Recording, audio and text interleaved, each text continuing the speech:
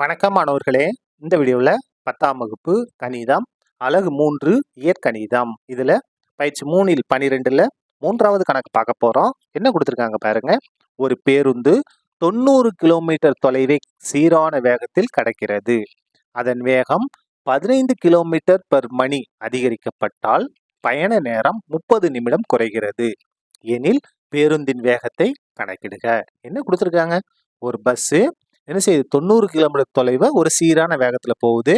அந்த வேகத்தை 15 கிலோமீட்டர் கூட்டினோம்னா அந்த பயண நேரம் எவ்வளோ குறையுது? 30 நிமிடம் குறையுது. அப்போ அந்த பேருந்தோட வேகம் என்னவா இருக்கும்? சரியா? பாருங்க, பேருந்தோட வேகம் என்னன்னு தெரியல. என்ன எடுத்துக்கிட்டோம்? பேருந்தின் வேகம் எக்ஸ் கிலோமீட்டர் பெர் மணி என்க. ஒரு மணி நேரத்துக்கு எக்ஸ் கிலோமீட்டர் ஸ்பீடில் போயிட்டு இருக்கு. இதை என்ன செய்ய போகிறோம்? 15 கிலோமீட்டர் அதிகமாக போகிறோம். ஏற்கனவே எவ்வளோ ஸ்பீடில் போயிட்டு இருக்கு? எக்ஸு. இப்போ 15 அதிகரிக்க போகிறோம். அதிகரிக்க என்னது? ப்ளஸ்ஸு. அப்போது 15 கிலோமீட்டர் பெர் மணி வேகம் அதிகரித்த பின் பேருந்தின் புதிய வேகம் என்ன? எக்ஸ் ப்ளஸ் 15 கிலோமீட்டர் பெர் மணி. கிலோமீட்டர் பெர் மணி இதான் புதிய வேகம்.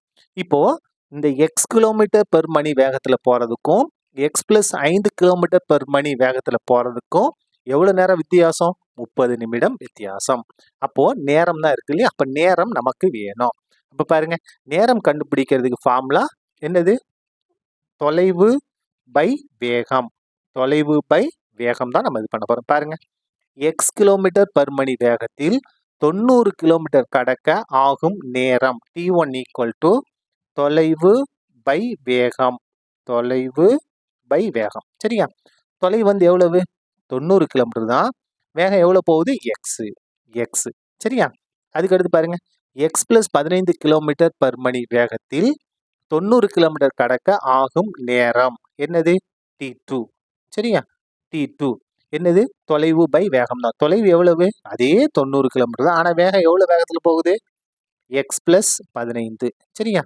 இப்போ பாருங்க, இது ரெண்டுக்கும் உள்ள வித்தியாசம் எவ்வளோ அப்படின்னா 30 நிமிடம். பாருங்க, இதில் போகிறதுக்கும் இந்த T1 இந்த நேரத்துக்கும் இந்த T2க்கும் உள்ள வித்தியாசம் எவ்வளோ அப்படின்னா 30 நிமிடம். இதான் கணக்கில் கொடுத்துருக்குது.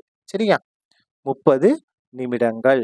இப்போ பாருங்க, இந்த T1 நம்ம அங்கே கண்டுபிடிச்சு வச்சிருக்கோம். என்ன?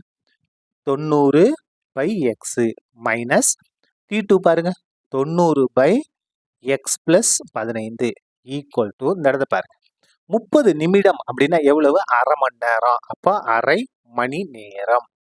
30 நிமிடம்னா எவ்வளவு? அரை மணி நேரம். இந்த மாதிரி மணிக்கு மாற்றிட்டோம்னா நமக்கு ஈஸியாக இருக்கும். இப்போ பாருங்க, இது ரெண்டுலையும் எது பொதுவாக இருக்கு? 90 பொதுவாக இருக்கா? 90 வெளியே எடுத்துருவோம். எடுத்துட்டோம்னா இங்கே 1 பை எக்ஸு மைனஸ் 90 எடுத்துட்டோம். அங்கே 1 இருக்கிறதா அர்த்தம். X plus 15 equal to 1 by 2. இப்போ பாருங்க, இந்த இடத்துல 90 இன்ட்டு குறுக்கு பெருக்கல் எடுங்க. முதல்ல பகுதியை பெருங்க. எக்ஸ் இன்ட்டு எக்ஸ் ப்ளஸ் 15 பெருக்கிட்டோமா? இப்போ குறுக்க பெருங்க. 1ஐயும் எக்ஸ் ப்ளஸ் 15 பெருக்குனா எக்ஸ் ப்ளஸ் 15 மைனஸ் அப்படியே வந்துடும். 1 எக்ஸ் பெருனா எக்ஸ் ஈக்குவல் டு 1 பை 2. இப்போ பாருங்க, எது கேன்சல் ஆகும்? Plus X minus X cancel. மிச்சம் என்ன இருக்கு பாருங்க? 90 இந்த இடத்துல வெறும் 15 மட்டும் இருக்குமா? 15 பை இதை வேணா உள்ள பெருக்கிறோம். உள்ள பெருக்க என்ன வரும் பாருங்க? X square. எக்ஸையும் பெருக்குனா எக்ஸ் ஸ்கொயர், எக்ஸையும் 15 பெருக்குனா 15 எக்ஸு ஈக்குவல் டு 1 பை 2. இப்போ பாருங்க, 90 உள்ள பெருக்குமா? 90ஐயும் 15 பெருக்குமா? பாருங்க என்ன வரும் பாருங்க? 95 45க்கு 5 மிச்சம் 4 ஒரு 9 9 4 கூட்டினா 135. இந்த 0 அப்படியே வந்துடும். அதாவது 90ஐயும் 15 பெருக்குனா 1350 by x square plus 15 x equal to 1 by 2.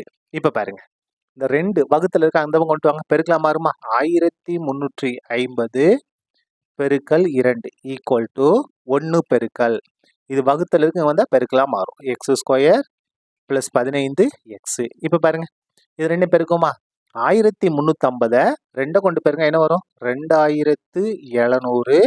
1 கொண்டு பெருங்க இதே தான் வரும். X square plus 15 x. சைடை மாற்றி எழுதுங்க. சைடை மாற்றி எழுதுனா என்ன வரும்? X square plus 15 x equal to 2700. இப்போ பாருங்க, இப்போ என்ன செய்ய போகிறோம்னா இந்த இடத்துல எழுதுகிறேன் எக்ஸ் ஸ்கொயர் ப்ளஸ் 15x இடத்துல கொண்டு வாங்க -2700. சரியா? என்ன கிடைச்சிருக்கு நமக்கு? ஒரு இருபடி சமன்பாடு கிடைச்சிருக்கு. இதை தான் நம்ம என்ன செய்ய போகிறோம்? தீர்க்க போகிறோம். என்ன செய்யலாம்? காரணிப்படுத்திடலாமா? Equal to 0. சரியா? அதாவது இதை இடது பக்கம் கொண்டு வந்துட்டோம். அப்போ வலது பக்கம் எதுவுமே இல்லை. என்ன இருக்குன்னு அர்த்தம்? 0 இருக்கிறதா அர்த்தம். காரணிப்படுத்துமா பாருங்க. ஐ மாதிரி போட்டு ஈஸியாக காரணிப்படுத்தலாம். இந்த ஐ மாதிரி போட்டு காரணிப்படுத்துறது உங்களுக்கு கஷ்டமா இருந்துச்சுன்னா நீங்கள் என்ன செய்யலாம்? ஃபார்முலாவை பயன்படுத்தலாம். பாருங்க, எக்ஸ் ஸ்கொயரோட கெழு 1, மாறிலி உறுப்பு -2700. இதை பெருக்க என்ன வரும்? 1ஐயும் -2700 பெருக்குனா 2700. எக்ஸோட கெழு என்னது? 15. இரண்டு எண்களை பெருக்கும் போது -2700 வரணும். கூட்டினாலோ கழிச்சாலோ 15 வரணும். +15 வரணும். எந்த நம்பர்? 60 பெருக்கல் 45. 60 பெருக்கல் 45 எழுதலாமா? பாருங்க, நமக்கு ஓரத்தில் கடைசி உறுப்பு தான் மைனஸ் இருக்கு. அப்போ சிறிய எண்ணுக்கு சிறிய காரணிக்கு மைனஸ் கொடுத்துருங்க. +, மைனஸ் பெற மைனஸ் 60 45 பெற 2700. 60 45 15 கரெக்டாக வந்துருச்சா? பை இப்போ பாருங்க, இந்த இடத்துல இந்த எக்ஸ் ஸ்கொயர் ரூட்ல அடுக்க விட்டுட்டு அடிமானத்தில் எழுதணும். எக்ஸ் எப்படி எழுதலாம் பாருங்க. முதல்ல இதை எழுதிக்கலாமா? நீங்கள் மாற்றி எழுதலாம், தப்பு கிடையாது. எக்ஸ் -45 இன்டூ எக்ஸ் இங்கே முன்னால் இருந்தால் ப்ளஸ் இருக்கு இல்லையா? அப்போ எக்ஸ் ப்ளஸ் 60 ஈக்குவல் டு 0. ரெண்டாக பிரிச்சுருவோமா? பாருங்க, X -45 equal to 0, X plus 60 equal to 0. இங்கே எக்ஸோட மதிப்பு +45. இந்த இடத்துல எக்ஸோட மதிப்பு -60. இந்த -60 என்ன கிடையாது? ஏற்றுக்கொள்ள முடியாது. ஏன்னா வேகம் எப்படி இருக்காது? மைனஸ்ல இருக்காது. 80 ஏற்புடையது அல்ல. ஏற்றுக்கொள்ள முடியாது. ஏன் ஏற்றுக்கொள்ள முடியாது? மைனஸ்ல இருக்கு. அப்ப இதான் என்னது? நமக்கு தேவையான ஆன்சர். தேர்ஃபோர் பேருந்தின் வேகம்